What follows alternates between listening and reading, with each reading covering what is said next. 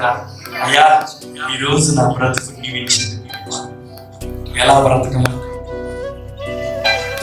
అయ్యా, నా జీవితం ద్వారా నీకు మహిమ రావాలి.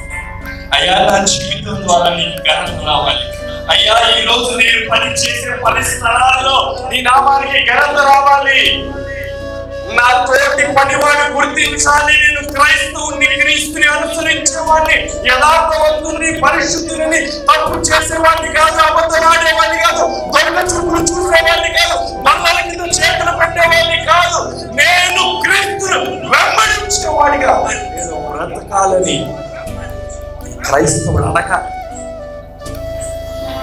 ఇప్పుడు ఈ క్రైస్తవుడికి ఆ తీరిక లేదు.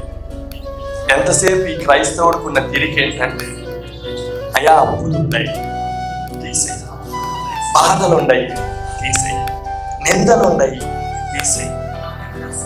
ఒక ప్యాకేజ్, టూరిస్ట్ ప్యాకేజ్ ఒకటి ప్యాకేజ్ ఇస్తారు చూసారా, అలా ప్యాకేజీలు అడుగుకుంటున్నామే తప్ప, అయ్యా నా పట్ల నీ ఉద్దేశమే, నా పట్ల నీ ప్రణాళిక అడిగే క్రైస్తవులు తగ్గిపోయారు. Thank you very much.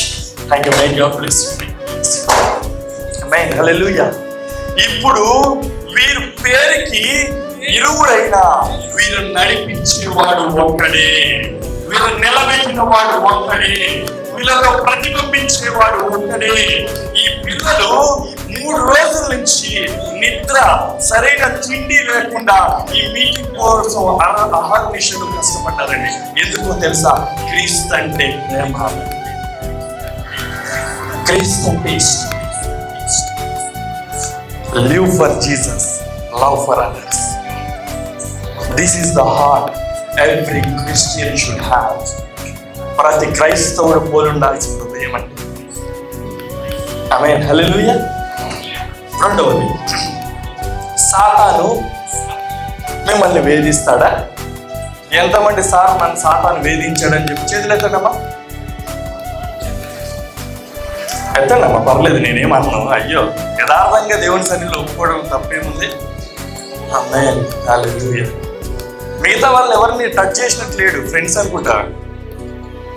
తమ్ముళ్ళు చిన్నగా ఎత్తుతున్నారు. ఇంకా ఇంకా ఇంకా ఒకరిని చూసారు. Wonderful right. ఆఖరికి పాస్టమ్మ గారిని, మా పాస్టమ్మ గారిని కూడా వేధించాడు. అయితే బైబిల్ ఆది కాండం నుండి ప్రకటన గ్రంథం వరకు సాతాను ఎంతమంది భక్తుల్ని శోధించాడు?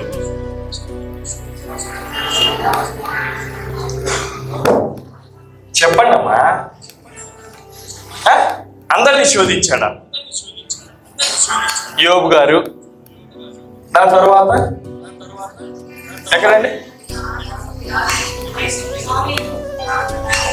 యేసేపుని శోధించింది సాతానా? నాకెక్కడ బైబిల్లో కనపడలేదండి ఆ మాట. అది పాపం కదా. సాతాను వచ్చి శోధించిన సందర్భం గురించి చెప్పండి. యేసుక్రీస్తు వారినండి శోధించింది. యోబు గారి కోసం పిటిషన్ పట్టుకుని వెళ్ళాడు. మీకోసం, నా కోసం వాడు టైం వేస్ట్ చేస్తాడు అనుకుంటారా? కాదమ్మా. ఎందుకో తెలుసా? We are very close friends. మనం ఏమంటామంటే, నా నిదానం ఏంటంటే,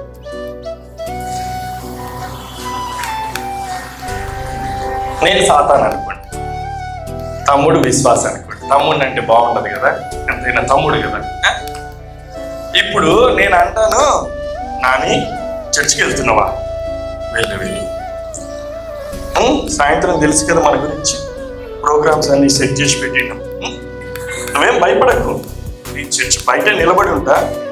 ఎంత ఎగురుతావో ఎగురు, గెంతుతావో గెంతు, ఏమేమి సాక్ష్యం చెప్పాలనుకుంటావో చెప్పు, సరేనా? బయటికి రాగానే మనకున్నాయి కదా. సరే అన్న, చర్చికి వెళ్ళాను. ఇప్పుడు చర్చి బయటే ఉంటాను నేను. తమ్ముడు చర్చిలో ఆరాధన, ఎందుకంటే ఈ లోపలికి రాలేడు వాడు. తమ్ముడు ఎగిరాడు, గెంతాడు, ఆనందించాడు, ఏడ్చాడు, మంచి ప్రసంగం చెప్పింది, ఏడ్చాడు, ప్రభువా నన్ను క్షమించు అయ్యా, దీనుడిని, దరిద్రుడిని, పనికిరాని వాడిని అయ్యా నన్ను లేవనెత్తావు, కాపాడావు అయ్యో, అది ఇది ఏడ్చాడు, దొర్లాడు, పడ్డాడు, నిలబడ్డాడు, అంతా అయిపోయింది. బయట నిలబడి సాతాను ఎర్రగదీస్తున్న యాక్టింగ్. నేను అనుకున్నా కానీ నా పొజిషన్లో ఉంటే ఎప్పుడో పడుతుంది. నేను పిచ్చోడిని, ఇంత యాక్టింగ్ స్కిల్స్ పెట్టుకుని నా ఫ్రెండ్ దగ్గర ఏ రోజు అడగలేదు కదా. సర్లే బయటికి రాంటాను, వీడు అటేటో చూస్తుంటాడు బిజీగా, నువ్వు నన్ను పలకరించు. వీడు పోయేటో నిడిచిపెట్టాడు. వీడు అరే సారీ మర్చిపోయాను, వేరే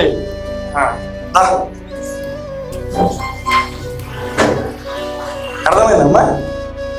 నేను అంటాను, నిజం ఏమనుకోకు, కాస్త బిజీగా ఉన్నాను, క్లయింట్స్ ఎక్కువయ్యారు నాకు. లేదు లేదు, అంత ఎట్లా పోతావు, ఫస్ట్ నా ప్లేస్. అరే లేదురా, నాకు టైం లేదు నీతో స్పెండ్ చేయడానికి, నిన్ను లాగడానికి లోకంలో నా దగ్గర టైం లేదు. అట్లా కుదరదు. విశ్వాసాలు ఎలా ఉంటారంటే అమ్మా, ఈ సాతాను గారు కూడా భయపడేటట్టు ఉంటారు. వీడు కూడా ఒక్కోసారి గచ్చను నొక్కుతాడు. వాళ్ళు చూసి అమ్మా వీళ్ళేదరా నాయన, నాకంటే ముందులు ఉన్నారు, నాకంటే తెలివైన వాళ్ళు ఉన్నారు, నేనే అనుకుంటే నాకంటే వీళ్ళు కట్టవచ్చు కదా. అర్థమైందంటే నేను చెప్పింది. సాతాను గారు మనం శోధించడండి. యేసేపుని శోధించింది సాతానా, పోతిఫర్ భార్య కదా. ఇప్పుడు నువ్వు యూట్యూబ్ గెలికి, ఫేస్బుక్ గెలికి, స్నాప్చాట్ గెలికి, సినిమాలకు పోయి తిరగాల్సిన చోటంతా తిరిగి, ఎగరాల్సిన ఎగిరిలన్నీ ఎగిరి, నింద తీసుకుపోయి వాడి మీద పడేస్తే వాడనుకుంటాడు ఇదేంద్ర నాయన, చెయ్యాల్సిన పనులన్నీ ఆలు చేసి తీసుకొచ్చి నా నిందను పడేస్తాడు, ఇదేం బ్యాచ్ నాయన అని వాడనుకుంటాడు. వాడు మిమ్మల్ని చూసి గజ్జునికి మీరు ఏడుంటే వాడాడగా అంటాడు. వాడు పరుగులో పరుగు. ఎందుకు? ప్రతిసారి చెయ్యాలి. యేసే దగ్గరకు వచ్చి అయ్యా క్షమించిన ఆయన సాధన ఎన్ని చేశాడు. వాడు అక్కడి నుంచి పెత్తనమై చూస్తాడు. నేనా ఆ యూట్యూబ్ లో కెలకమని నేనా, చూడమని నేనా, తిరగాలని తిరగమనేది నేనా? వాట్ మై డియర్ ఫ్రెండ్, నువ్వు నిందేయడానికి ఒక పర్సన్ కావాలి కాబట్టి సామాన్యంగా సెలెక్ట్ చేసుకున్నావా? వాడు శోధించాడు యోగులమ్మా, వాడు శోధించాడు క్రీస్తుమ్మా. నువ్వు విశ్వాసంలో అలాంటి వీరులాగా తయారైతే అప్పుడుమ్మా నిన్ను వాడు శోధించేది. అప్పటిదాకా నిన్ను వాడు ముట్టడు. ఎందుకు తెలుసా? నువ్వు జుజుబి వాడు. ముందు సాతాను శోధించాలంటే ఆ లెవెల్ ఉండాలి మనకి. ఏంటిదండి? అవునా కదా? మీరు నేను పోయి సీఎం జగన్ తోటి మాట్లాడతాం, ఏం సార్ మా ఇంటికి వస్తారు ఏమి మాట్లాడతామా? లెవెల్ వాడుతుంది. నువ్వేమనుకుంటావు? చిన్న దాంట్లకి నా కోసమే వెయిట్ చేస్తుంటాడు, నా వెనకాల మా ఇంట్లో నన్ను పట్టేస్తున్నాడు, నన్ను పీడించేస్తున్నాడు, నన్ను లాగే. ఇవన్నీ ఉట్టి మాట్లాడాలి, ఇవన్నీ చెప్పుకోవడానికి. అది నిజంగా నువ్వు సాతాను చేత శోధించబడుతున్నావు అంటే నీ హృదయానికి అర్థమవుతుంది. నీ హృదయానికి అర్థమవుతుంది. దేవుడు నిన్ను ఎంత నమ్మింటాడో తెలుసా? ఒక రోజుని సాతాను గడు వెళ్ళిపోయాడు, ప్రభు దగ్గరికి వెళ్ళిపోయి అన్నాడు, నువ్వు బాగా ప్రేమ చేస్తున్నావు చూసినావా, నీ భక్తుడైన యోబు క్యారెక్టర్ ఏంటో నీకు చూపిస్తా అన్నాడు. ఏంది? కంచె తీసేయి. ఏం తీసేయి? కంచె తీసేయి. నీ చుట్టూ నా చుట్టూ కంచె వేశాడు కాబట్టి వాటిని తాకట్లేదు. మీరు అనుకుంటారు దేవుడు వదిలేశాడని. కాబట్టి నిన్ను కంచె వేసి కోడి తన రెక్కల కింద తన పిల్లల్ని దాచినట్టు దాచి ఉంచాడు కాబట్టి నువ్వు ఈరోజు సజీవంగా క్షేమంగా ఉన్నావు. సాతాను నిన్ను శోధించలేడమ్మా, నిన్ను ముట్టలేడు. నిన్ను ముట్టాలంటే అంత తేలికైన మాట కాదు. ఎలాంటి వాడి చేతుల్లో ఉన్నావు తెలుసా? ఆయన చేతుల్లో నుంచి ఏమార్చి తీసుకురావడం అసాధ్యం.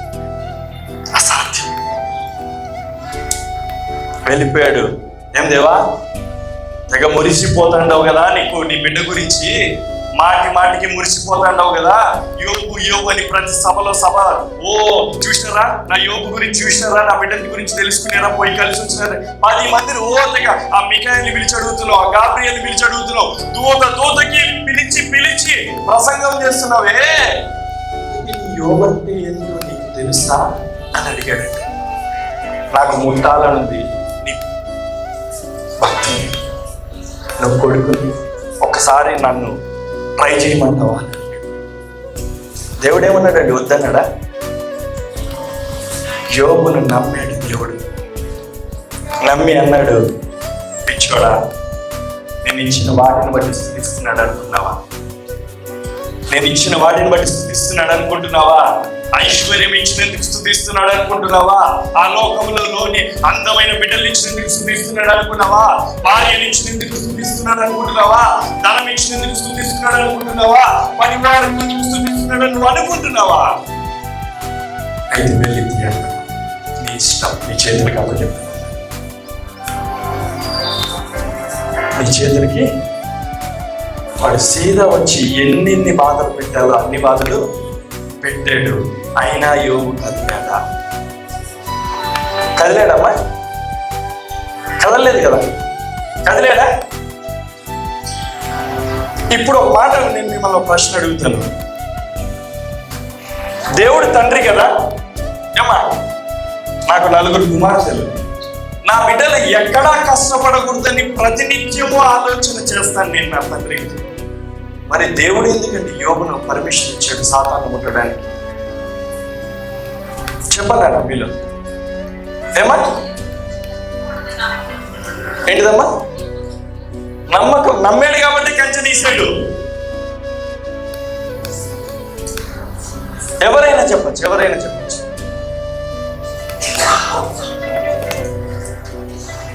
తెలుసా?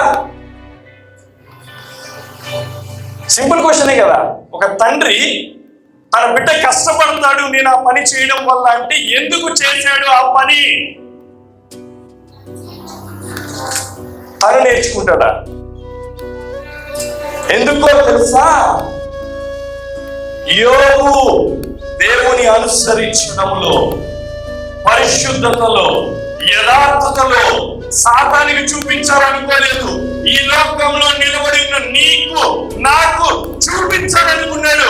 యోబు ఎలా అనుసరిస్తే దేవుడు ఎలా ప్రవర్తిస్తాడని నీకు నాకు దేవుడు రుజువుపరచాలనుకున్నాడు.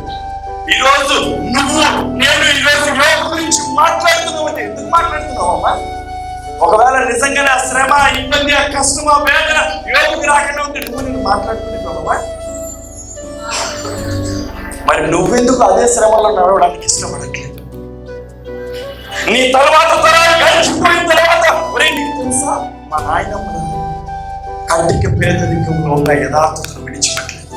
అరే నీకు తెలుసా మా తాత ఎలా ఉండేవాడు? భయంకరమైన వ్యాధిరా. డాక్టర్స్ అన్నారు ఈ వ్యాధి నయం కాదు, అసాధ్యం, ఇలాంటి తాగుడు వ్యసనం నుంచి బయటికి రావడం అసాధ్యం అన్నారు.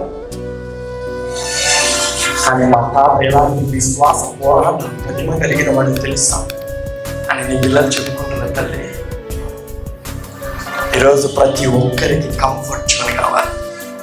క్రీస్తుని వెంబడించడం అంటే వాళ్ళు ఏమనుకుంటున్నారో తెలుసా? సుఖం ఉంటుంది, సౌఖ్యం ఉంటుంది, కష్టాలన్నీ తీరిపోతాయి, వేదనలన్నీ తొలగిపోతాయి, ఒక్కసారిగా ఆకాశాన్ని విప్పి మీ ఇళ్ళను డబ్బుతో నింపేస్తారని చాలా మంది అనుకుంటున్నారు. ఇది అబద్ధం. ఒకవేళ ఆ మాట మీకు ఎవరైనా చెప్తే అది అబద్ధం. దేవుడి అనుమతి ఎలా ఉంటుందని చెప్పరా? ఒకరోజు అండి నా దగ్గర పని చేస్తున్న పని వాళ్ళు 13,380 రూపాయలు నేను వాళ్ళకి ఇవ్వాలంటే 3 నెలలు దాకా ఆపాను వాళ్ళు. నా దగ్గర ₹1 లేదు. అయ్యా ఏం చేయమంటావు ప్రభువా? దీవిస్తానన్నావు, ఆశీర్వదిస్తానన్నావు ప్రభువా, అప్పులు వాళ్ళకి అప్పు కట్టలేకపోతున్నా ప్రభు అంటే ఒకరోజు వాళ్ళు నా ఇంటికి వచ్చి నా కాలర్ ఒకటి పట్టుకోవడం తక్కువ, రేపు పొద్దున కనుక నువ్వు డబ్బు కట్టావా సరే, డబ్బు కట్టలేదంటే నీ ఇంట్లోకి దూరి ప్రతి వస్తువు ఎత్తుకుని పోతామన్నాడు. ఎంత అవమానం అండి. ఒకవేళ మన కింద పని చేసినప్పుడు మన ఇంట్లోకి దూరి ఏదైనా వస్తువు ఎత్తుకపోతే.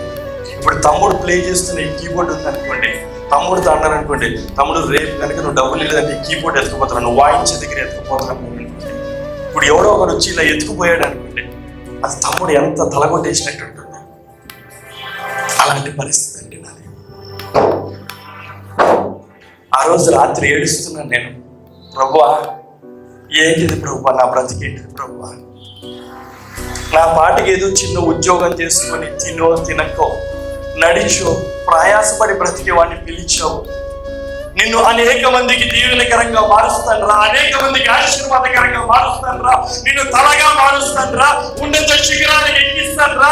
ఏ ప్రాంతం అయితే నువ్వు తృణీకరించబడ్డావో, ఏ జనమైతే నిన్ను వద్దనుకున్నారో, ఏ ప్రజలైతే నిన్ను వద్దనుకున్నారో, ఆ ప్రజల ముందు నేను నిన్ను నిలబడతాను రా. ఇదేం పిలుపు ప్రభువా? అయ్యా రేపు ఉదయం అయితే నా ఇంట్లో పనిచేసిన పనులు వస్తారు ప్రభువా. అయ్యా నేను ఈ వీధిలో తల ఎత్తుకొని తిరగలేను ప్రభువా, కృప చూపు ప్రభువా అని ఏడుస్తున్నానండి. 3 గంటల రాత్రి ప్రాంతంలో నిద్ర రావట్లేదు. ఎందుకంటే పొద్దున 8, 9 అయితే వాళ్ళ ఇంటికి వస్తారు. ఏం చెప్పాలా బాధ? తల్లిదండ్రులకు చెప్తామా? ఏం చేయలేరు. స్నేహితులకి చెప్పాలా? ఎవరు లేరు. తమ్ముళ్ళు చిన్నోళ్ళు, ఎవరికి చెప్పుకోవాలా? ప్రభు ముందు ఏడ్చానండి. నేను చెప్పాను కదా ఇందాక, ఒకే ఒక స్నేహితుడు నాకున్నాడు, ఆయన నా క్రీస్తు. ఆయన ముందు ఏడ్చానండి, బాగా ఏడ్చాను. ప్రభువా గంటెక్కించు ప్రభు, బయటికి తీసుకురా ప్రభు. ఎలా ఉంటుందో వివరిస్తున్నాను. ఏడ్చి పండుకున్నాను నేను. పండుకొని నిద్రపోయాను. ఎక్కెక్కి ఏడ్చి పండుకొని సుమారు 5 గంటల ప్రాంతంలో నిద్రపోయాను. నిద్రపోయిన తర్వాత 5:30కి నా మొబైల్లో మెసేజ్ వచ్చింది. 13,500 రూపాయలు 4 సంవత్సరాల కింద నేను పనిచేసిన కంపెనీ తిరిగి ఆ డబ్బులు రావని వదులుకున్న నేను ఆ రోజు రాత్రి సుమారు 5:30 గంటల ప్రాంతంలో 13,500 రూపాయలు నాకు క్రెడిట్ అయ్యారు. ఎంత అవసరం అండి?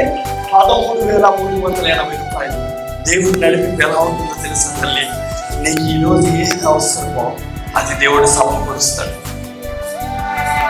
ఐగుప్తు దేశం నుండి ఇశ్రాయేలు ప్రజల్ని నడిపించేటప్పుడు ప్రతిరోజు మన్నా ఇచ్చి పోషిస్తున్నాడు. ఏ పూట తిండి ఆ పూట సమకూర్చుకోవాలి. నువ్వు ఎక్కువగా కూర్చుకుంటే నీకు ఎక్కువ కాదు, తక్కువగా కూర్చుకుంటే నీకు తక్కువ కాదు. నువ్వు వేసే ప్రతి అడుగు విశ్వాసమైన, నిన్ను వెంబడించేవారు, నిన్ను చూసేవారు ఆశ్చర్యమైన కన్నుతో నిన్ను చూస్తుంటారు. నువ్వు ఎలా కొనసాగిస్తున్నావు? వేరే వాళ్ళని పని చేయలేదు. ఇది నా క్రిస్టియన్ అంటే. నువ్వు వేసే ప్రతి అడుగు అద్భుతంగా ఉంటుంది. నీ క్రీస్తును ప్రతిబింబించేటట్టు ఉంటుంది. నీ నువ్వు అనేక మందిని క్రీస్తును చూపించేటట్టు ఉంటుంది. అలా ఉంటుందమ్మా నా దేవుడు నడిపి. ఆమేన్, హల్లెలూయా. 1 తిమోతి పత్రిక 4:12 ఈ టైటిల్ గురించి మనం చదివాం కదా, చదవండి. ఆమేన్, హల్లెలూయా. ముగించేస్తాను, త్వరగా ముగించేస్తాను. చెప్పంటారా? ముగించమంటారా?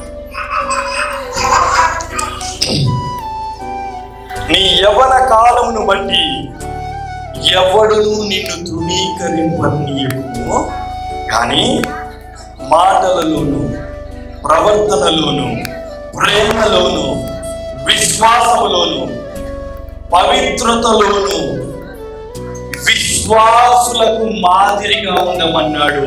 దేవుని వెంబడించిన వారికి, దేవుని అనుసరించిన వారికి, క్రైస్తవులుగా పిలువబడే వారికి ఈనాటి తరము యవనస్తులు ఎలా ఉండాలంట? ఒక మాదిరిగా ఉండాలంట. ఉన్నారా ఈరోజు మన యవనస్తులు? లేదు.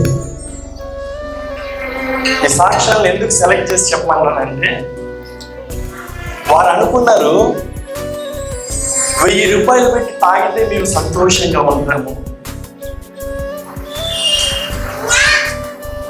100 రూపాయలు పెట్టి సినిమాకి వెళ్తే 3 గంటలు చాలా సంతోషంగా ఉంటాము. వారి సమస్యల్లో వీరి సమస్యల్లో తలదూరిస్తే మేము చాలా సంతోషంగా ఉంటాము.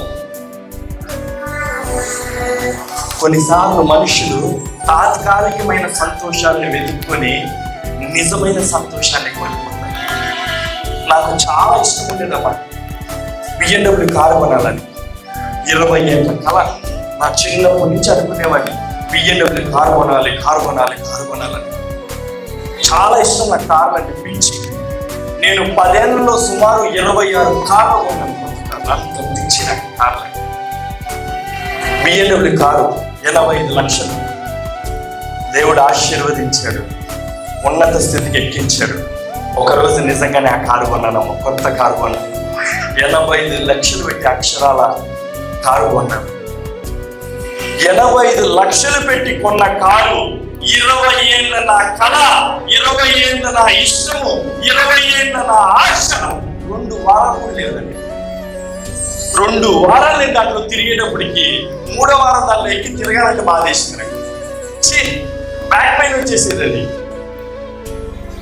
2 సంవత్సరాలు ఉన్నా నా ఇంట్లో గ్యారేజ్ షెడ్ పడి తప్ప ఏదో సరిగ్గా ఎక్కి తిరిగిందే లేదు. లోకంలో దొరికే ఏ సంతోషమైనా ఒక రోజుతో ఆగిపోతుంది తల్లి. ఒక ఎక్స్ట్రీమ్ లెవెల్కి వచ్చి ఎండ్ అయిపోతుంది. నువ్వు పరిగెత్తే ఏ సంతోషం వెంబడైనా ఒకరోజు ఆగిపోతావు, ఒకరోజు నలిగిపోతావు, ఒకరోజు నీ జీవితాన్ని నరకప్రాయంగా మార్చేస్తుంది. జాగ్రత్త సుమ. అది బహిరంగంగా నువ్వు చేసే పాపమై ఉండొచ్చు, ఆంతరంగంలో నువ్వు ఎవ్వరికి కనపడకుండా చేసే పాపమై ఉండొచ్చు. అవి నీ చూపులే కావచ్చు, నీ తలంపులే కావచ్చు, నీ ఆలోచనలే కావచ్చు. ఇవి ఎవరికైనా కనపడతాయమ్మా? కొంతమంది ఎలా ఉంటారంటే దేవదూతల్లో వాళ్ళు ఉంటారు వాళ్ళు కనపడడానికి, కానీ వారి హృదయం భయంకరమైన పాపానికి నిలయంతో ఉంటుంది. ఏమా? వారు 10 మందిలో ఉంటే ఒకలా కనబడతారు, ఒక్కడి ఉంటే ఇంకోలా కనబడతారు. చర్చిలో ఉంటే ఒకలా కనబడతారు, బయట ఉంటే ఒకలా కనబడతారు. వారి క్రైస్తవుల మధ్యలో ఉంటే ఒకలా కనబడతారు, అన్యుల మధ్యలో ఉంటే ఇంకోలా కనబడతారు. వారి తల్లిదండ్రులతో ఉంటే ఒకలా కనబడతారు, స్నేహితులతో ఉంటే ఇంకోలా కనబడతారు. 2 బ్రతుకులు. జీవితాంతం నటిస్తూ బ్రతికేస్తారు. ప్రేమ ఉండదు కానీ ప్రేమించినట్టు నటిస్తారు. ఇష్టం ఉండదు కానీ ఇష్టపడినట్టు నటిస్తారు. అలాంటి వాటికి కదా ఈరోజు ఎంతో మంది యవనస్తులు పడిపోయి వారి జీవితాన్ని నరకప్రాయంగా మార్చుకుంటున్నారు. ఎంతమంది వారి జీవితాన్ని సగంలో ముగించేసుకుంటున్నారు. ఇక మాకొద్దు, మా వల్ల కాని బ్రతుకులు, తాత్కాలికమైన నిర్ణయాలు. నేను అడిగాను కదండి, ప్రతిరోజు ఉదయాన్నే లేచి ఒకవేళ నీ దేవుని సన్నిధిలో కూర్చొని ప్రభువా ఇది నన్ను చేయమంటావు అంటే నువ్వు ఎలా నడవాలో నడిపిస్తాడు నా దేవుడు, ఎలా బ్రతకాలో చూపిస్తాడు నా దేవుడు, ఎలా మాట్లాడాలో నేర్పిస్తాడు నా దేవుడు, ఎలా నడవాలో నేర్పిస్తాడు నా దేవుడు, ఎలా ప్రతిబింబించాలో నేర్పిస్తాడు నా దేవుడు, ఎలాంటి బట్టలు వేసుకోవాలో నేర్పిస్తాడు, ఏం చేయాలో నేర్పిస్తాడు. అది ప్రాబ్లం ఏంటంటే నువ్వు దేవుడిని అడగవు. అందుకే మన జీవితంలో అలాంటి ఆశీర్వాదం ఉండదు, అలాంటి దీవెన ఉండదు. అన్నీ అయిపోయి గుంతలో పడిన తర్వాత లబోదిగో అయ్యో దేవా నన్ను మర్చిపోయావా, నన్ను విడిచిపోయావా, దేవుడు అన్నవాడు ఉన్నాడా, ఎక్కడ ఉన్నాడు, అయ్యో ఇంత విశ్వాసం చేశాను, అన్ని ఆదివారాలు చర్చికి వెళ్ళాను, ఇన్ని యూత్ మీటింగ్కి వెళ్ళాను, ఎన్నెన్నో మీటింగ్స్కి వెళ్ళానని నువ్వు లబోదిగో ఎంత ఏడ్చుకుంటున్నా నీ బ్రతుకుని ప్రయోజనం ఉండదు. ఒకరోజు ఒక యవనస్తుని సొంత అన్నలు పగబట్టేశారు. సొంత అన్నలు, ఒకే తండ్రి పిల్లలు పగబట్టేశారు. వాడు పరామర్శించడానికి వస్తే వాడిని పట్టుకొని, రేయ్ వీడు మనకి పెద్ద తలనొప్పిగా మారాడురా, వీడు బ్రతికి ఉండడం కంటే చావడం మేలు రానుకున్నారు. చంపడం వల్ల ప్రయోజనం ఏమనుకున్నారో ఏమో. అటుగా పోతున్న వారిని చూసి మీ నమ్మేద్దామరా అనుకున్నారు. బానిసగా. అప్పటిదాకా తండ్రి చాటున పెరిగాడు ఆ బిడ్డ. కష్టం అంటే తెలీదు, ఆకలి అంటే తెలీదు, వస్త్రాలు లేకుండా ఉండలేదు. చాలా మేలుకరమైన బ్రతికాడు. ఒకే ఒక్క రోజులో తన జీవితం తలకిందులైపోయింది. He lost everything. తండ్రి సంరక్షణను కోల్పోయాడు, తండ్రి ఆస్తిని కోల్పోయాడు, తండ్రి సహవాసాన్ని కోల్పోయాడు, తండ్రితో ఉన్న అనుబంధాన్ని కోల్పోయాడు. ఎవరి వల్ల? సొంత అన్నుల వల్ల. ఈరోజు తమ్ముడు, నువ్వు విశ్వాసంతో దేవుని వెంబడిస్తుంటే నీ సొంత వారి నిన్ను లాగచ్చు, నిన్ను సొంత వారి నిన్ను గుచ్చి వేధించచ్చు, నిన్ను వెంటాడుతుండొచ్చు. నీ హృదయాన్ని పదే గతంలో నువ్వు చేసిన తప్పిదాన్ని ఎత్తి చూపించి పదే నీ హృదయాన్ని శుద్ధితో బద్దలు కొట్టుండొచ్చు. నువ్వు మరిచిపోయిన గాయాన్ని లోడి అదే పుండును పెద్దగా చేస్తుండొచ్చు. సొంత అన్నలు అమ్మేశారమ్మా, సొంత అన్నలు అమ్మేశారు. అప్పటిదాకా రాజుగా బ్రతికిన వాడు ఒక్కసారిగా బానిస అయిపోయాడు.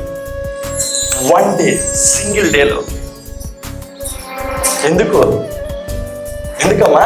ఏం చేశాడు యోసేపు? తప్పేమన్నా చేశాడా? విరోధంగా ఏమన్నా చేశాడా?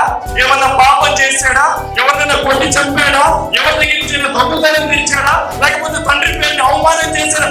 ఏం తప్పు చేశాడని యోసేపు శిక్ష ఫలించాడు. 17 ఏళ్ల యవనస్తుడు మౌనంగా వెళ్ళిపోయాడు బానిసత్వంలోకి. అమ్మా, మౌనంగా వెళ్ళిపోయిన ఒక మాట నేను మిమ్మల్ని అడిగాను. ఎక్కడైనా మీరు బైబిల్ గ్రంథంలో 37వ అధ్యాయం నుంచి 50వ అధ్యాయం వరకు యేసేపు గొనిగినట్టు మీరు చూసారా? తిరుగుబాటు మాట్లాడినట్టు ఒక్కసారైనా చూసారా?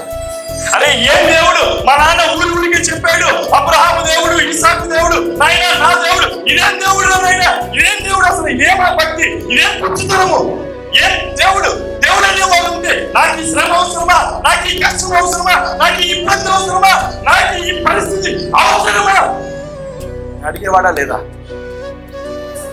ఏమా అడుగుతారా లేదా? ఈ రోజుల్లో ఎందుకు దేవుడు కాడి పెడతాడు వివరిస్తున్నా మీకు.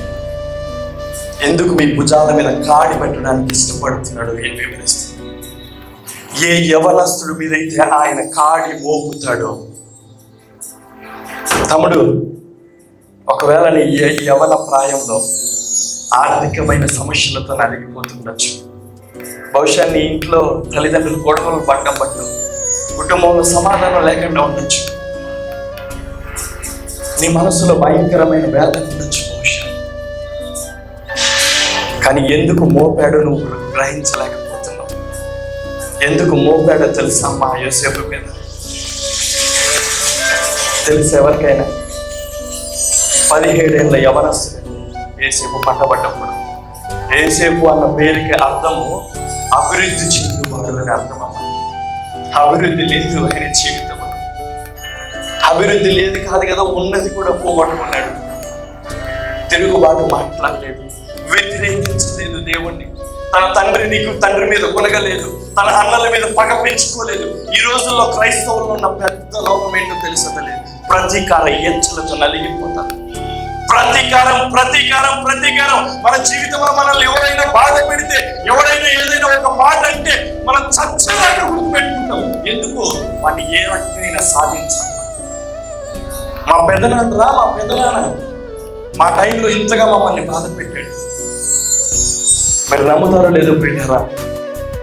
ఒకరోజు నా కుటుంబం అప్పులు ఊపిలో నలిగిపోతున్నప్పుడు మా పెద్దనాన్న అన్నారు, మరి మీరు మా ఇంట్లోకి రాకండి, ఎందుకంటే మీరు మా ఇంట్లోకి వస్తే మీ అప్పుల వాళ్ళు మా వెంట పడతారు. కనీసం మాకు తినడానికి తిండి కూడా లేదండి, కనీసం వాళ్ళ మాట కూడా అడగలేదు, రేపు మీరు తిన్నారా అని. చాలా బాధ పెట్టారు. ఒకనొక రోజుకి వచ్చేసేటప్పటికి ఏమైంది తెలుసా పిల్లరా? అప్పట్లో పాత ఫోన్లు ఉండేటివి. మేము ఒక సందర్భాన్ని బట్టి వారి ఇంటికి వెళ్తే ఆ ఫోన్ పోయిందండి వాళ్ళ ఇంట్లో. నన్ను, మా అమ్మని, నా 2 తమ్ముల్ని, చిన్నగా ఉన్నాడు చాలా, వాళ్ళు అలా నిలబెట్టి ఈ ఫోన్ మీరు తీసారా చెప్పండిరా అంటే నా తల్లి గుండెలు పగిలేటట్టు ఏడ్చిందండి. అయ్యో మా దరిద్ర స్థితి ఉంది, మేము నిజంగానే అప్పుల బాధలో ఉన్నాం, కానీ ఈ పని మేము ఎట్లా చేస్తామని మీరు అనుకున్నారు. అయ్యో మేము ఈ తప్పు చేయలేదని గుండె పగిలేటట్టు ఏడ్చింది నా తల్లి. ఆ రోజు ఎవరు అర్థం చేసుకుంటారు? కానీ ఒకరోజు దేవుడు నన్ను హెచ్చించిన తర్వాత, ఒకరోజు దేవుడు నన్ను దీవించిన తర్వాత, ఉన్నత శిఖరానికి ఎక్కించిన తర్వాత అదే కుటుంబం నా ఇంటి గడప గుమ్మము తొక్కి సహాయం అని అడిగిందండి. అప్పుడు నా మనసు ఏం చెప్పిందో తెలుసా అండి? చెయ్యొద్దు వీళ్ళకి సహాయం, చెయ్యొద్దు వీళ్ళకి సహాయం. వీళ్ళు నిన్ను ఎంత బాధ పెట్టినారు, నిన్ను ఎంత వేధించినారు, మీరు కష్టాలు ఉన్నప్పుడు ఎన్ని మాటలు అన్నారు, ఓదార్చాల్సింది పోయి కాకుండా పొరుచుకు తిన్నారు వీళ్ళు. కానీ దేవుడు ఏమన్నాడు తెలుసా తల్లి నాతోటి? కల్పించోడా, చెయ్యి, సహాయం చెయ్యి, నిన్ను ఆశీర్వదించిన వాడు నేనే రావచ్చాడా అని వాళ్ళకి తెలియాలన్నాడండి. నా ఇంటి గుమ్మము తొక్కి సహాయం అడిగిన ఏ ఒక్కడిని, నా భార్య సజీవ సాక్ష్యం, నా కుటుంబం సజీవ సాక్ష్యం, నా ఇంటి గుమ్మం తొక్కి ఈరోజు దాకా చెప్తున్నాను, నా ఇంటి గుమ్మం తొక్కి సహాయం అని అందించిన చేతిని ఏ రోజు వెనక్కి పూర్తి చేస్తున్నాం? ఏ రోజు యేసేపు కూడా అలాంటి వాడు. ఒక్కసారిగా బానిస అయిపోయాడు. బానిసత్వం ఎలా ఉంటుందో తెలుసా? ఇంట్లో పనివాడు అనుకోండి, జీతం ఇచ్చే పనివాడు అనుకోండి, నువ్వు సరిగ్గా పని చేయకపోతే నీకు నచ్చితే పని చేయించుకోలేదు, నీకు దగ్గరికి పోతుంది. కానీ బానిసకి అవకాశం ఉండదమ్మా. ఒక్క తన్ని గాడిద చెయ్యి కొట్టేటోళ్ళు, అన్నం పెట్టేటోళ్ళు కాదు, పారిపోవడానికి కూడా లేదు, వేరే ప్రాంతాలు పారిపోకూడదు, వాళ్ళకి ముద్ర వేసి ఉంటారు, వేరే ఎవరు చేర్చుకోరు. ఒకరోజు అన్నం తినేవాడు, ఒకరోజు పెట్టేవాళ్ళు కాదు, భయంకరంగా పని చేయించేవాళ్ళు. అంతకుముందు ఎప్పుడు పని చేసిన అనుభవం లేదు, ఎందుకంటే తండ్రి చాటు పెరిగిన బిడ్డ మయూసు.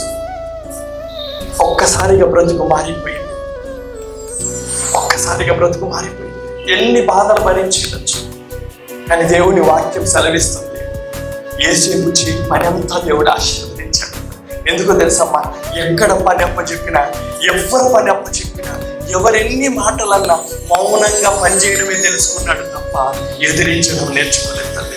ఈరోజు ఒకవేళ ఇక్కడ కూర్చున్న వారిలో ఎవరైనా నిజంగా అయ్యా అన్న నన్ను బాధ పెట్టిన వాళ్ళు ఉన్నారన్నా, నన్ను గాయపరిచిన వారు ఉన్నారన్నా, నా జీవితంలో అనరాని మాటలు అన్నారన్నా, నేను వాళ్ళని ఎలా క్షమించాలంటే, తమ్ముడు తల్లి చెల్లి ఈరోజు దేవుని మీద మాట్లాడుతున్న మాట అంటే క్షమించే రోజు వాళ్ళని క్షమించేసి నీ హృదయంలో మాట తీసేయి, పడే బయట అన్నా.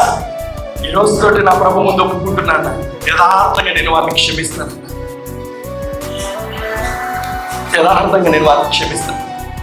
నిజమే తల్లి, తమ్ముడు నిన్ను గాయపరిచిండొచ్చు, నీ హృదయాన్ని ఎంతో గాయపరిచిండొచ్చు, బహుశా క్షమించలేని బాధ ఉండొచ్చు.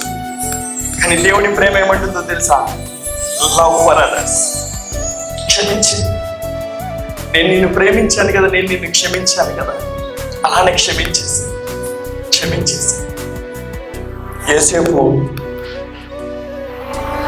ఆ ఇంట్లో ఎదిగాడు. నమ్మకంగా పని చేయడాన్ని బట్టి ఒక ఉన్నత స్థాయికి ఎక్కించాడు దేవుడు. అప్పుడు వచ్చిందండి ఇంకొక శోధన ఆ యవనస్తుడికి. 20 ఏళ్ళు 3 ఏళ్ళు పనిచేశాడు వాళ్ళ ఇంట్లో. 20 ఏళ్ళకి చాలా అందంగా తయారయ్యాడు, తమ్ముళ్ళగా చాలా బ్యూటిఫుల్ గా ఉన్నాడు. కన్నులు అందంగా ఉంది, చర్మం అందంగా ఉంది. దేవునితో నడిచే వ్యక్తి నల్లగున్నా పర్వాలేదు తల్లి, వాడి ముఖంలో ప్రకాశం ఎలా ఉంటుందో తెలుసా? బా, అది అద్భుతం. వాడి ముఖం చూస్తే నీ మనస్సు సమాధానంతో నిండిపోతుంది. వాళ్ళ ముఖము అలా చిరునవ్వు కనబడితే చాలు, అప్పటిదాకా ఆ టెన్షన్ నువ్వు అలా చూడగానే ఇంత సమాధానం. ఇదే మన దేవుడితో నడిస్తే అనుభవం.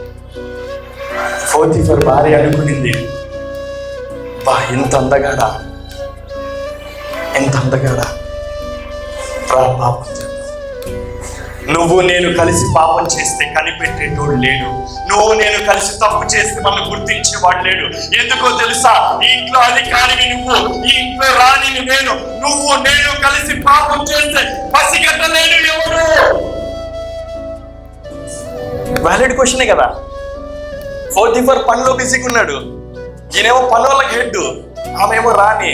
వీడు యేసేపు అన్నాడు అనుకోండి, రే బయట ఎడ్లు కడుక్కోండి రా అంటే అందరూ వెళ్ళిపోతారు, ఇంట్లో ఎవ్వరు ఉండరు. పాపం చెయ్యొచ్చు. యవ్వన ప్రాయంలో అలాంటి అవకాశం ఈరోజు ఇక్కడ కూర్చున్న యవ్వనస్తులకు దొరికితే ఏమంటారు? ఏమ్మా తమ్ముడు, దేవుడు నిన్నే అడుగుతున్నాడు ఆ ప్రశ్న. దేవునితో నడవడం అంత తేలిక తమ్ముడు. నువ్వు అనుకుంటున్నావు నువ్వు క్రిస్టియన్ అన్న ట్యాగ్ వేసుకొని నడిస్తే సరిపోతుంది, ప్రతి ఆదివారం చర్చికి వెళ్తే సరిపోతుంది, ఇంతకు మించి పెద్ద భక్తి చేయాల్సిన అవసరం లేదని మీరు అనుకుంటే తప్పు సుమా. ఆయనతో నడక అంత తేలిక కాదండి.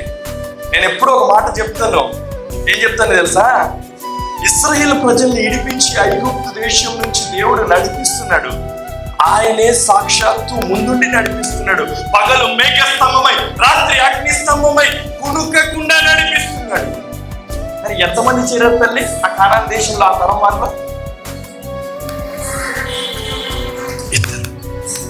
జాగ్రత్త సుమా, దేవునితో ప్రయాణం తేలిక కాదు. ఒకవేళ దేవుడు లేకుండా వాళ్ళు వెళ్ళింటే కనీసం సగం జనం వెళ్ళిపోయేటోళ్ళు. నిజమండి. ఆధ్యాత్మికంగా లోతులకి వెళ్ళి పరిశోధించకండి. 400 కిలోమీటర్లు ఐగుప్తు నుంచి ఇశ్రాయేల్ కానాన్ దేశానికి అంతకుముందు ఎవరు వెళ్ళలేదా? వెళ్ళింటారు కదా.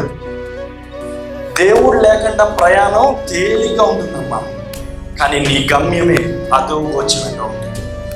కానీ దేవునితో ప్రయాణం అద్భుతంగా ఉంటుంది. 100కు 100% నిన్ను గమ్యాన్ని చేర్చే వరకు నిన్ను విడిచిపెట్టు. అది దేవునితో ప్రయాణం. పోతిఫర్ భార్య అన్నది నా పాపం చేద్దాం, ఎలా పాపం చేద్దాం. 20 ఏళ్ళ వయసు పిల్లోడండి, 20 ఏళ్ళ వయసు పిల్లోడు తల్లి. ఈరోజు ఒక్కసారి మీరు స్వపరీక్ష చేసుకోండి. మనం ఈ వయసులో ఉన్నప్పుడు ఎలా బ్రతుకుతున్నాం?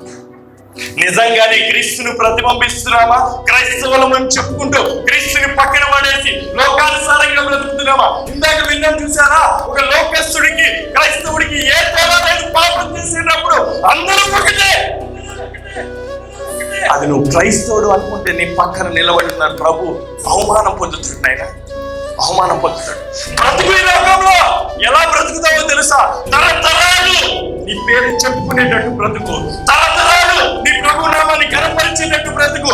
నీ బ్రతుకు ద్వారా అనేక మందికి జీవనకరంగా బ్రతుకు. నీ నామం ద్వారా నీ దేవుని కనపరిచేటట్టు బ్రతుకు. యేసే 10 తీర్మానం తీసుకున్నాడు. చస్తే చస్తా, పాపం చేయనన్నాడు. ఆమె డోస్ పెంచింది. ఈ రోజుల్లో యవనస్తులు చూడకూడని వీడియోస్ చూసి వారి హృదయాల్ని కల్మషం చేసుకుంటున్నారు.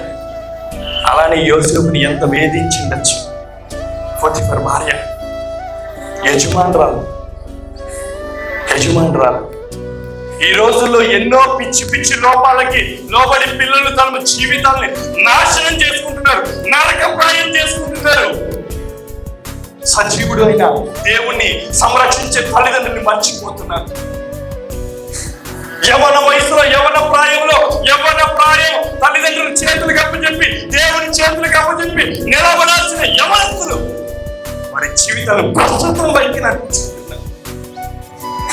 అందంగా కనబడ్డాడేనో, నువ్వు లేకపోతే నేను బ్రతకలేనున్నాడేనో, నీకోసం నా ప్రాణం ఇస్తానన్నాడేనో పరిగెట్టారనుకో. జాగ్రత్త సుమా, జాగ్రత్త. ఒకరోజు మీరు పడే బాధ ఎంత అరిచి చెప్పుకున్నా వినే నాథుడు ఉంటాడు. తల్లి, మిమ్మల్ని ప్రేమించే తల్లిదండ్రులకు మీ జీవితాన్ని అప్పచెప్పండి. సేవకునికి అప్పచెప్పండి, దేవునికి అప్పచెప్పండి. కానీ ఆ పొరపాటు నిర్ణయాలు తీసుకోకండి తల్లి.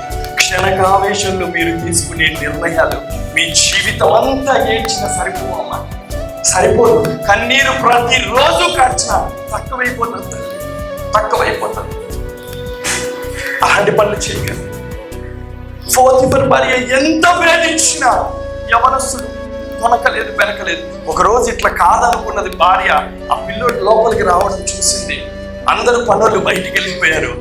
వీళ్ళు పట్టేసుకునింది గట్టిగా. ఫిజికల్ రిలేషన్, స్త్రీ పురుషులు దగ్గరికి రాగానే జరిగే కెమికల్ రియాక్షన్. ఆ యవనస్తుల్లో ఎన్నో కోరికలు చెలరేగిండొచ్చు, ఎన్నో ఆలోచనలు చెలరేగిండొచ్చు, ఎన్నో తలంపులు చెలరేగిండొచ్చు. ఒకసారి తప్పు చేస్తే ఏం జరిగింది అనుకుని ఉండొచ్చు. ఇప్పుడు నేను తండ్రి సంరక్షణలో లేను, నన్ను ఎవరు చూసేవే లేదు, అయినా నేను ఉన్నది బాధిసగానే నన్ను అడిగాను ఎవరు అనుకుని ఉండొచ్చు. ఏమ్మా, పోతిఫర్ భార్యనే నా దానిగా చేసుకుంటే నాకు అడ్డం వచ్చేది ఎవరు అనుకుని ఉండొచ్చు. ఈరోజు స్కెచ్లు వేసే బ్యాచ్లు ఎక్కువ అమ్మా. ఏమ్మా, ఎంతలే స్కెచ్లు వేసేసే వాళ్ళు ఎక్కువ. సొంత ఆలోచనలు అన్నమాట, సొంత ఆలోచనలు. యేసేపులో కూడా అలాంటి ఆలోచనలు ఎన్నో కలిగి ఉండొచ్చు. కానీ ఒక్కసారి గుర్తు తెచ్చుకున్నాడు. అయ్యో, నా తండ్రి చెప్పాడే, సజీవుడైన దేవుని నేను ఆరాధిస్తున్నాను, యథార్థమైన దేవుని నేను ఆరాధిస్తున్నాను, ఆయన నిత్యము కనుచూపు నా మీద ఉంటుంది, ఆయన నాతో ఉంటాడు, ఆయన సన్నిధి నాతో ఉంటుంది, మనుషుడు ఎవడు గ్రహించలేడు, కానీ నేను గ్రహించగలను ఆయన నాతో ఉన్నాడని. ఒక్కసారిగా ఆ బట్టలు సైతం విడిచి పరిగెత్తాడు బయటికి. దేని చూసమ్మా? పాపాన్ని చూసి. ఈరోజు చాలా మంది యవనస్తులు పాపాన్ని చూసి పరిగెట్టట్లేదమ్మా, పాపాన్ని పట్టుకొని పరిగెడుతున్నారు. యేసేపుకి మనకి ఉన్న లోపం ఏంటో తెలుసా? యేసేపు ఏమో పాపాన్ని విడిచిపెట్టి పరిగెడితే, ఈ రోజు అనేక మంది యవనస్తులు పాపాన్ని పట్టుకొని పరిగెడుతున్నారు, అది కూడా క్రీస్తు వెంబడి పరిగెడుతున్నారు. జాగ్రత్త సుమా, పాపము నీ దగ్గర ఉంటే నా దేవుడు పరిశుద్ధుడు, నీతో ఉండడం అసాధ్యం, అసాధ్యం. నీ హృదయంలో పాపం ఉంటే, నీ ఆలోచనలో పాపం ఉంటే, నీ తలంపుల్లో పాపం ఉంటే, నీ చూపులో పాపం ఉంటే, నీ మాటలో నీ నడకలో పాపం ఉంటే, నా దేవుడు నీతో ఉండడం అసాధ్యం, సాధ్యం, ఇంపాసిబుల్. ఎవడైనా నీతో వచ్చి నీ దేవుడు నీతో ఉన్నాడంటే అది అబద్ధం, వాడు నిన్ను మోసం చేస్తున్నాడు. ఎందుకో తెలుసా?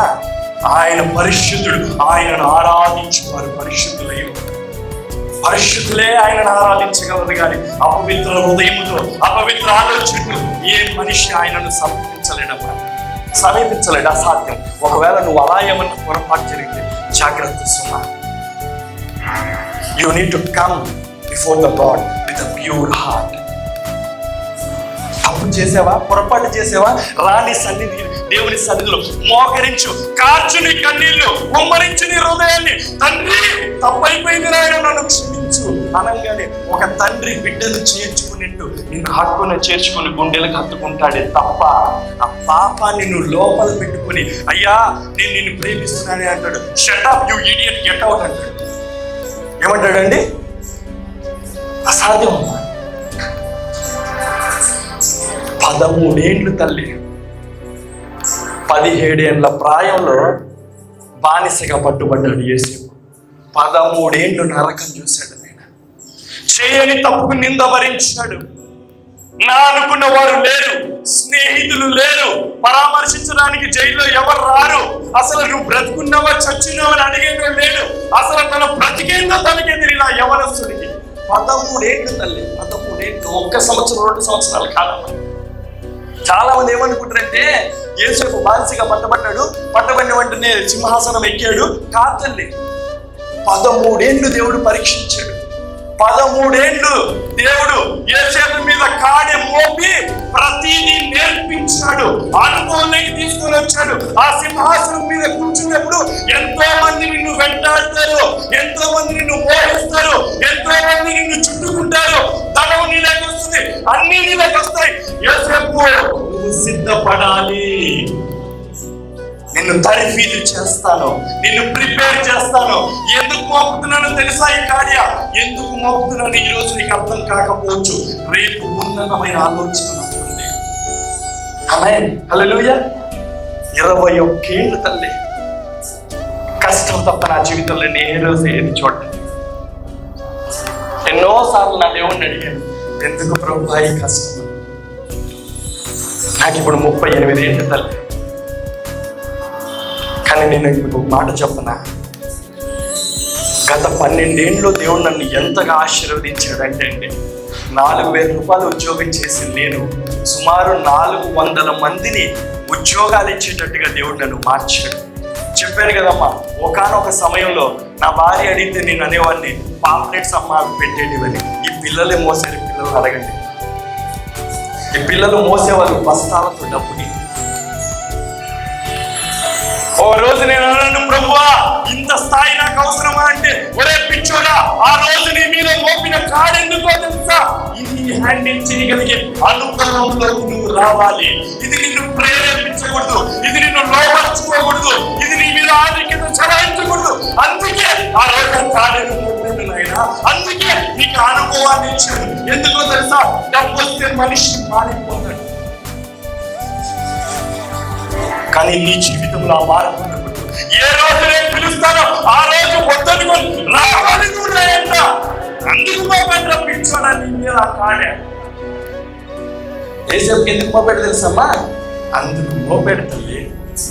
ఒకనొక రోజున అన్నలు వచ్చారు, బాధ పెట్టాడమ్మా, హింసించాడమ్మా, వేధించాడమ్మా.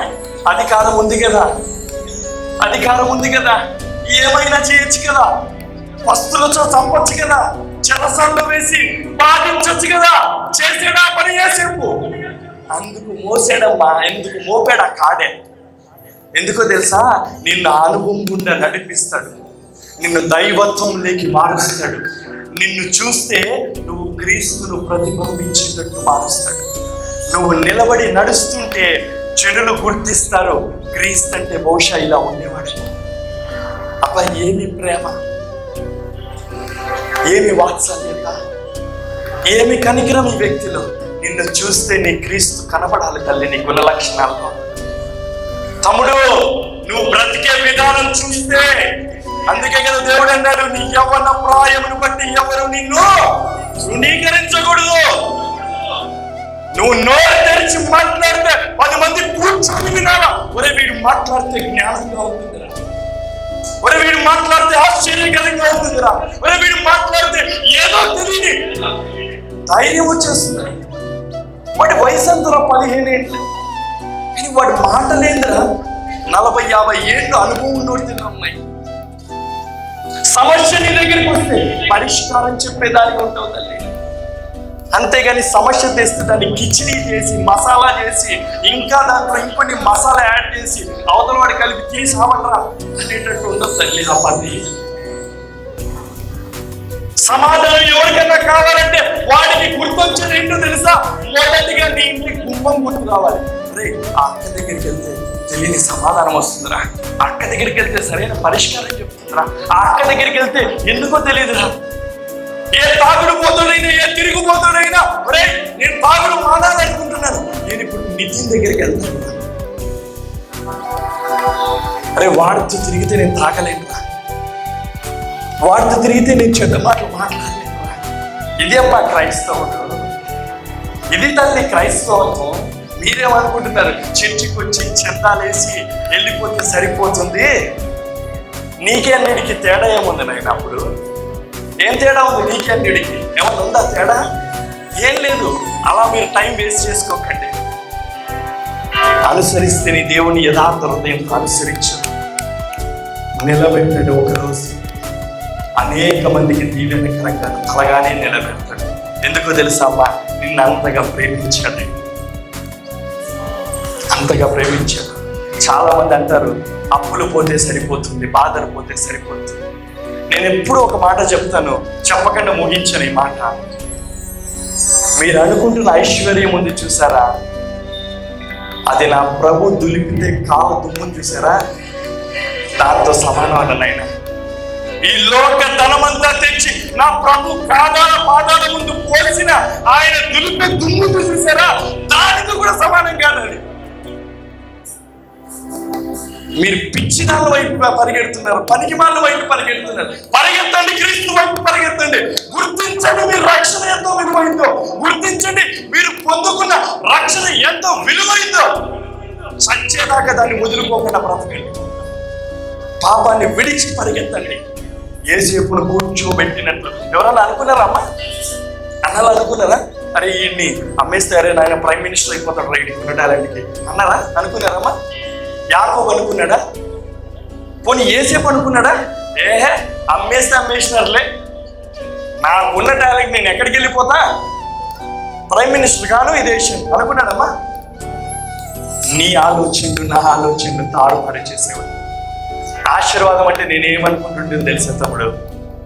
4,000 జీవితం దేవుడు నన్ను ఆశీర్వదిస్తాడంటే నేనేమనుకునే తెలుసా? పిచ్చోండి, 4,000 జీతము 20,000 అయితే అబ్బా దేవా నీలాగా ఆశీర్వదించేటోడు లేడు అనుకునేటోడు నేను. దేవుడు అన్నాడు, పిచ్చోడా నా ఆశీర్వాదం ఎలా ఉంటుందో తెలుసా? నీ కొట్లు ధాన్యముతో నింపుతాను, నీ గిన్నె నిండి పొంగి పొర్లేటట్టు చేస్తాను. అది అనేక మందికి దీవెనకరంగా మారుతుంది. నీ గిన్నెలో ప్రతి మనిషి చేయేస్తాడు.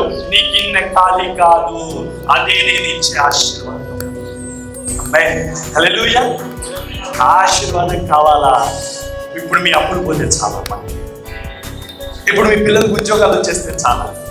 ఇప్పుడు తాత్కాలికమైన బాధల నుంచి బయటకు వచ్చేస్తే చాలా. అద్భుతమైన ఆశీర్వాదం సజీవుడైన దేవుడు మీ జీవితాల్లో ఉండాలని మీరు కోరుకుంటున్నారా? సజీవుడు మీతో ఉంటే తల్లి, అది వర్ణించడానికి నేను సరిపోను. నా బ్రతుకు సరిపోదమ్మా, నిజం చెప్తున్నా. నా బ్రతుకు కూడా సరిపోదు. ఒక్కోసారి అనిపిస్తుంది, ప్రభువా ఏ యోగ్యత ఉంది ప్రభువా నాకు ఈ భాగ్యం ఇచ్చావు? ఏముందని ప్రభువా?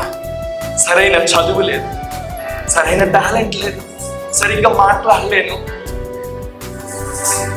సరైన తల్లిదండ్రులు లేదు, చెదిగిపోయిన జీవితం కదా ప్రభువా. ఏముంది ప్రభువా నన్ను హెచ్చించడానికి? ఏ మంచితనం ఉంది ప్రభువా నన్ను దీవించడానికి?